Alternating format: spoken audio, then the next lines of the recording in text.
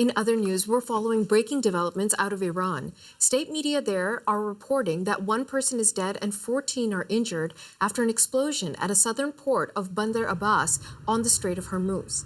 Hormuz is one of the world's most critical shipping corridors, and Bandar Abbas is home to Iran's most important container port. Officials say they think the explosion was caused by a gas leak, but it was one of two explosions in Iran this morning that has Iranians on edge amid rising tensions between Tehran and Washington. U.S. warships are positioned nearby as U.S. President Donald Trump intensifies his threats of military strikes, and Iran is conducting live-fire military drills in the Strait of Hormuz this weekend. CBC's Julia Chapman is following the developments from London. We have been tracking two explosions that have been reported by Iranian local media. The first, as you mentioned, in Bandar Abbas, significant especially because of its location on the coastal area of Iran, on the Strait of Hormuz, which is home to rising tensions at the moment. We do understand there has been one fatality and 14 others injured in an explosion at an 8-story building, more than one of those stories being badly damaged, according to the pictures that we've been seeing. There had been a suggestion that there had been a targeting of a naval commander in that building. Local media are denying that. They say that it is categorically false. It is the home of the Revolutionary Guard's naval base in southern Iran. But of course, as you say, it's also a very important shipping port. But as we understand now, this was likely being caused by a gas explosion, according to the local fire service. A similar situation in Avaz, further west in Iran, where officials there say 4 people have been killed. They are also putting that down to a gas explosion. But against the backdrop of the rising tensions in the region, certainly this was one we were watching very closely. What can you tell us about those military drills that Iran has been conducting in the area this weekend? Well, Iran, in a radio message to mariners in the Strait of Hormuz, announced that it would be carrying out live-fire drills on Sunday and Monday. It had released some coordinates that extend beyond Iran's territorial waters into that shipping channel, which is so essential to the global oil trade. Around a fifth of the world's seaborne oil is moved through that passage. It is a bit of a choke point. And every time we see tensions there, certainly there is an impact on the oil price. And we saw it last year with the 12-day war between Iran and Israel.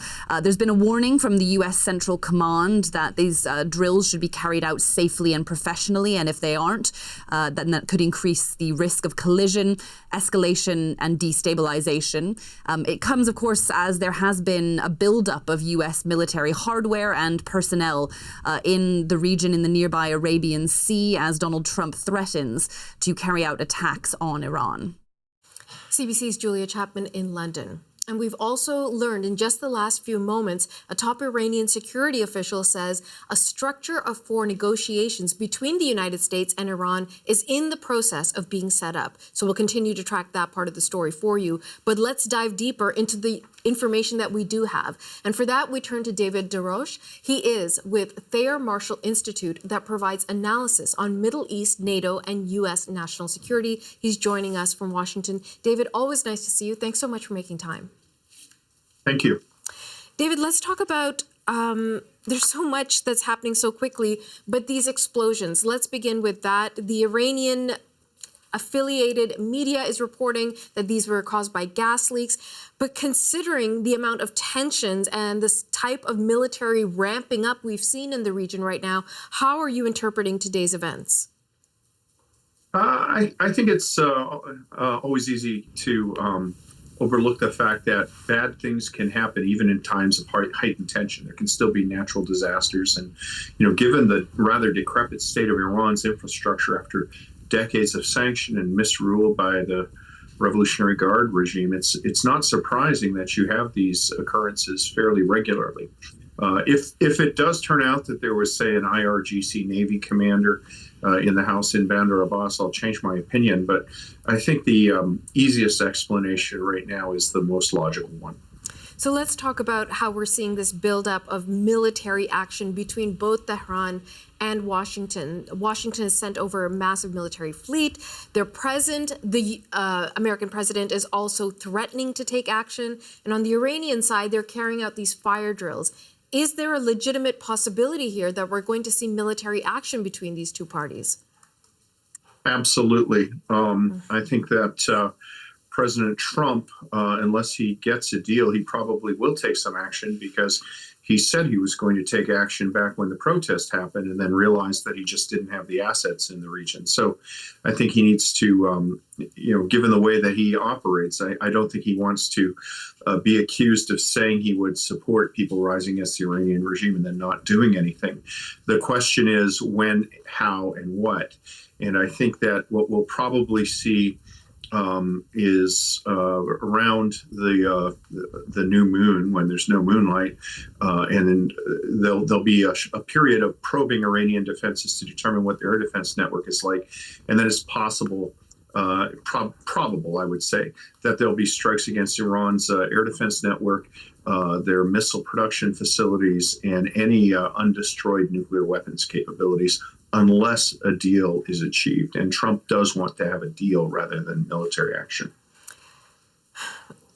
How likely is a deal with this regime and this president when you can't?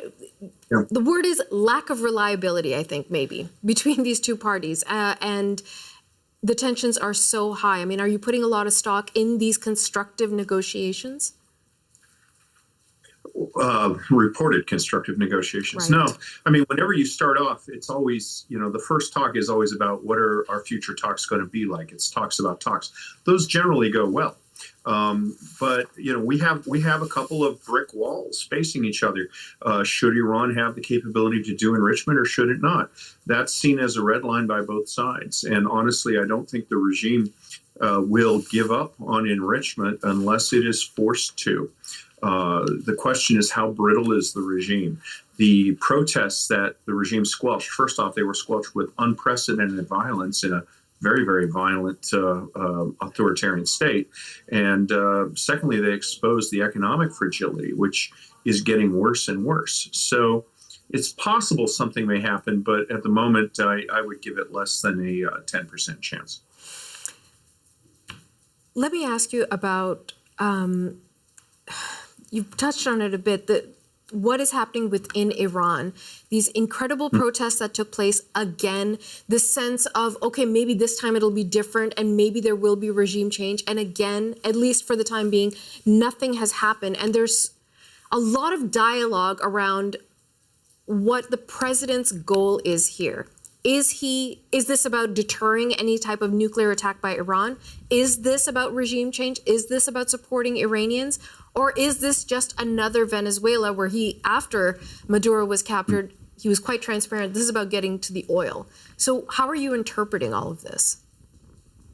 Yeah, well, with Maduro getting to the oil, that I think is to satisfy his base. As you saw, the American oil companies don't want to bid on Venezuelan oil. It's not economical. Here, I think that he views, and I think that many Iranians view, regime change as something that supports the Iranian people. The Revolutionary Guard has basically mounted a slow motion coup since 2009. I think Trump's theory of victory is that if economic pressure is turned up, then the Revolutionary Guard, which controls 45% by some estimates of the Iranian economy, they will turn on each other, and the regime will fall, or the current Revolutionary Guard leadership will be replaced with somebody that they can do business with.